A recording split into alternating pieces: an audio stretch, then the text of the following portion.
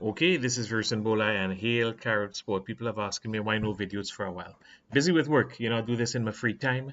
I do it when I can, and sometimes I like to do a little extra, put up some graphics, put up some music, put up some videos, and that takes a little time. And I realize if I keep waiting to find the time, I would never get anything done. So I might just do a pure bones, bare bones video, just straight me and the camera talking. Um, I'm not going to talk too much about the PFL today. I could do that on a later date. I wanted to stick on the topic at hand, which I should have done a week ago, which is congratulations to Defence Force, the national 2025 league champions of Trinidad and Tobago. Yet another title for Defence Force. I want to give you a quick history of Defence Force. There are those out there who might not know. Maybe you don't not into history like me. You're not old like me, so you don't know. Let me explain something of Defence Force about you to you. A lot of countries have what you call old firm teams. If you look at the Guatemalans, the Hondurans, the Costa Ricans, the Mexicans, and the Europeans, they have teams going back at 80 to 100 years. And you sometimes hear the same names when it comes to representing them in regional tournaments. Our old firm teams, most of them have just gone by the wayside. The glory days of Casuals and Shamrocks, they no longer exist. Maple and Malvern, I believe, play in the lower echelons of the Trinidad and Tobago Football League. Those super teams from the past, they're gone. They might be 100 years old, but they're gone. They're gone, sorry, but they're not really big time. They're not really at the fore of TNT football anymore. The big clubs from the 60s onwards, an exception to some degree is Point Fortin, which is a community club that continues to try to survive in the pro world. Samoa Jablati is about 50 odd years of age, continues to try, and they have their moments. But the super clubs from yesterday, Memphis and Marima, you don't hear from about them. ECM Motown, which was from the East-West corridor, I believe, you don't hear about them. Tesca, you don't hear about them. Barataria ball players, when last you heard of them doing anything big at senior level? St. Francois Nationals, Tacarigua United, you don't hear about them. I believe there was a club called San Fernando Strikers, don't hear about them, they're gone, right? There was, I think, Cocarit, was a decent team. In the late 70s to 1990, there was a super club called ASL by Arthur Sweet. Some of the best players in the country played for the only professional team in the country at the time. Gone, Trintok, which later became, I think, United Petrochin. Great club, was able to compete with Defence Force and ASL. Gone, right? So those clubs are gone. They're no longer there. In recent years, we had W Connection, which has, for some, unfortunately for them, disappeared after being reasonably big in the country for 20 years. You had Central, which had a hiccup, but it's not really an old club. Central is about 13 years old, right? So if you look at the our professional league, the only old firm team that continues to hang around by our standards, old firm, is Defence Force to some degree. Police, right? Samoa comes and goes. Point 14 comes and goes.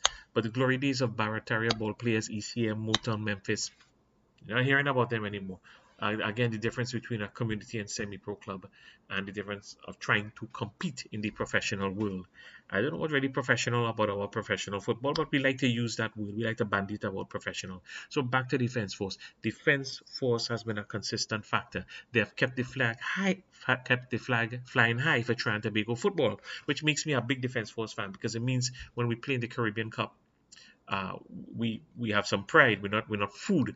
Also, you may not know, but Defence Force is the only the only Caribbean um, club to have won the Concacaf Cup two times. That is right, correct. Two times, making it to the final on four different occasions.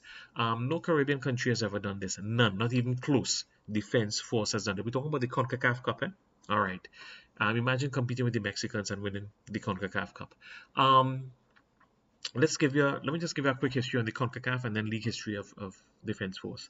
In 1978, Defence Force won their first CONCACAF Cup. They had to share it with the Guatemalan and Mexican champs because for some reason the final couldn't be played. But we won it. 1985, they won it again. This time they beat Olympia from Honduras. They beat them, I believe, 2-0 in Trinidad and lost 1-0 in Honduras. That's a 2-1 aggregate we beat them on. We then made it to the semifinals of the World Club Championships. It was something called the Inter-American Cup. This is where we had to play the South American champions, which happened to be Argentino Juniors of South America. There was one match in Trinidad, we lost 1-0 at the Heasley Crawford Stadium, then National Stadium. I remember in those days I was a student in Canada, no internet, reading, grabbing a football magazine to read a few lines about Trinidad football. And Lord knows how to pay for that magazine. And the footballing world being very surprised that Defence Force was able to hold their own and only lose by a goal to the champions of all South America, this, the most superior club amongst Brazil, Argentina, and all the others. And 1988, a Defence Force once again made it to the finals, but it was a very curious competition. We played both semi-finals and final games in the opponent's backyard. No games at home. I tried to reach out to some old timers to see if they knew why, because I don't. Nobody got back to me. But I remember that around that time, Jack Warner sold Trinidad's World Cup qualifying rights to foreigners, so we played no World Cup qualifying games at home. We might have qualified for the 1990 World Cup. I don't know how that affected Defence Force. I'm sure it's a different matter altogether. But nevertheless, we went to this Suriname to play Robin Hood. Played two games in Suriname and managed to win on superior goal difference. Okay, we then went to play Olympia in Honduras, and again, no home and away, two games in Olympia. Can you believe that? And we lost both games 2-0. This was in 1988. So they had a Defence Force winning two Concacaf Cups, but managing to make it to 4 finals in their time, and 3 between 85 and 88. At that time, a truly super club in Trinidad in the mid and late 80s. Only Trintoc and ASL could hold their own with them. They used to get a good little compete from people like Barataria Port players and one or two other clubs, but then they would hop up the players along with ASL. I remember strongly, memory fading me, these Maurice Alabi going from ball players to ASL. Now, let's talk about Defence Force. Ladies and gentlemen, this is their 25th league title. No other club comes close. I think maybe Maple or one of those clubs have about 13. A quick history on Defence Force and their league titles. Back in the 60s, they were known as a regiment.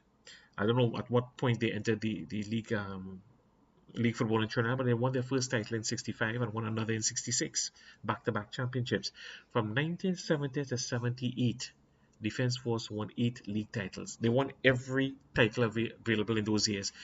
71, no football was played. I'm taking a guess there was civil unrest in the country. So from 70 to 78, they won 8 consecutive titles. Okay? In the 1980s, they won 5 titles. In those days, they were getting a little competition from maybe Trintoc and ASL. ASL truly was a good club for those of you old enough to remember them. In the 1990s, 7 league titles. Again, probably Petrochin United, Trintoc was their major competition in those days. And the police used to get them on action and thing.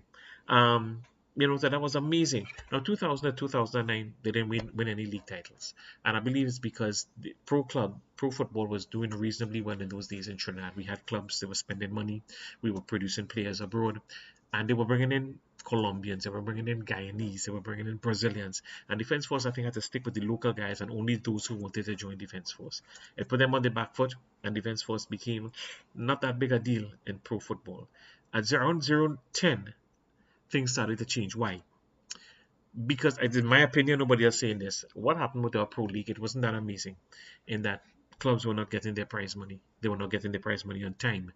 Sometimes they were not getting the gate for at a football match, and this affects a club, especially in a place like Trinidad and Tobago. So from 2010 onwards, you found that the clubs began to falter, and they were just selling off players, and they no longer became a factor in Concacaf football. Defence Force, probably because of who they are and what they are and their stability, took advantage of this, and from 2010 to 2019 managed to win 3 league titles.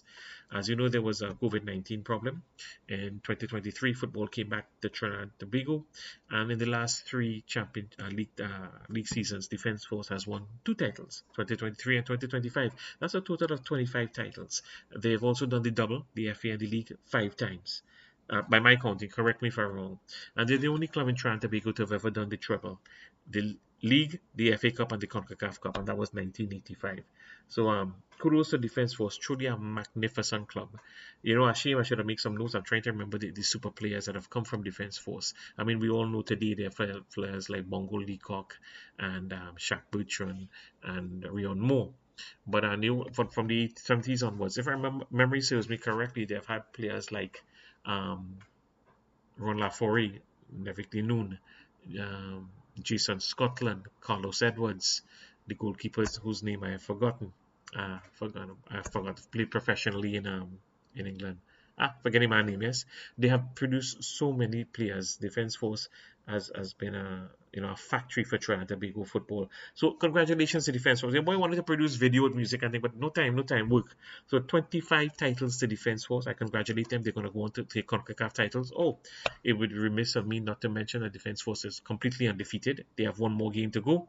They should win that. And that's it. They should wrap up the league. And it's on to the Caribbean Cup. CONCACAF Caribbean Cup. I don't know how they'll do. They did not do amazingly in their last two tournaments, but they were not outplayed. Just a little bad luck here. Maybe they didn't score, but they were never overwhelmed, never outplayed. They've got a lot of depth, and I think this is going to come in handy in the Caribbean Cup. I expect the Jamaicans, Martinicans, Guadeloupans, and maybe the Haitians to give them a good run for their money. I know Dominican Republic is coming up as well, so I don't know about that. But really, those are the clubs that should give us a good run for our money. There was a time when Trinidad Tobago Football owned this tournament. It's not that mundane anymore. So once again, congratulations to Defense Force. Congratulations on your 25th league title. Congratulations on being league champions 2025 in Trinidad and Tobago. And let's hope for you a lot more to come. Keep the flag high for keep the flag high.